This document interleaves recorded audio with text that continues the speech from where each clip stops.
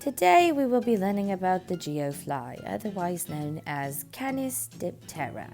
Here she is in her sleeping habitat, getting ready to go and find a geosedge, the plant that she was so harmoniously meant for. Here it is, the geosedge itself. So beautifully angular, you'd almost think that it was made up.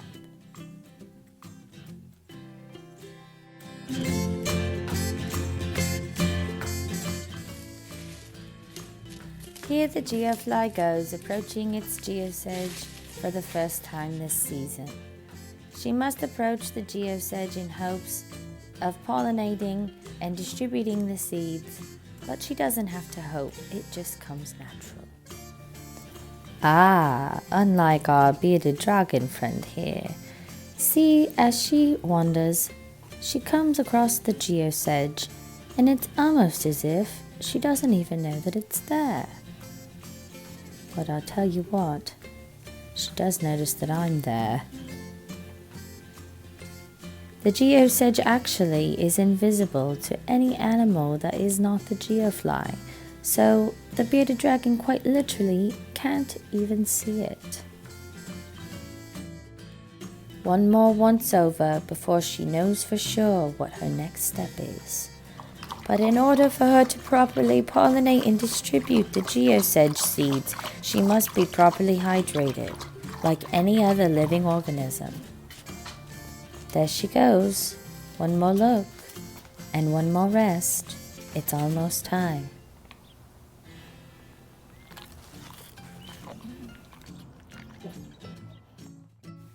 It's not a pheromone and it's not a feeling, but it is literally encoded in the geofly's DNA to arrive at this location, at this season, at this time.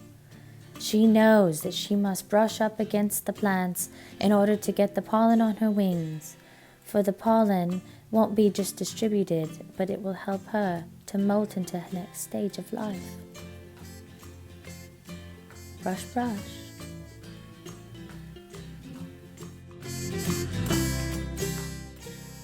And success she has.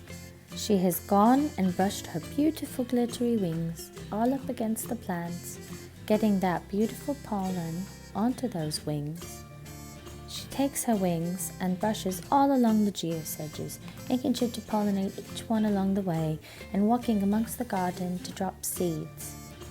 Next, she will lay down and absorb what she hasn't dropped off into her bloodstream, helping her wings turn into a beautiful second skin. Look at that.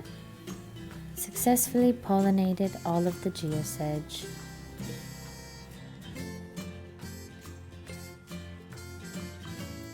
And there, a new patch is formed.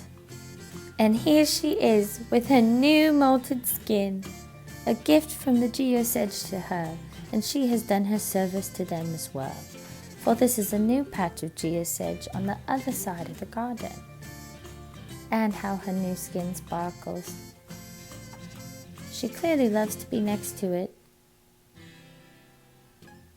Like mentioned, it's encoded in her DNA to be next to this plant. Her and this plant have a direct harmonious relationship from pollination to distribution to helping her molt into her next stage of life. She's no longer the geofly, she is the geoworm, sitting radiant next to her plants that she was so beautifully created for. A new patch of geosedge and a new set of skin for the animal. A harmonious relationship that is to be admired and appreciated.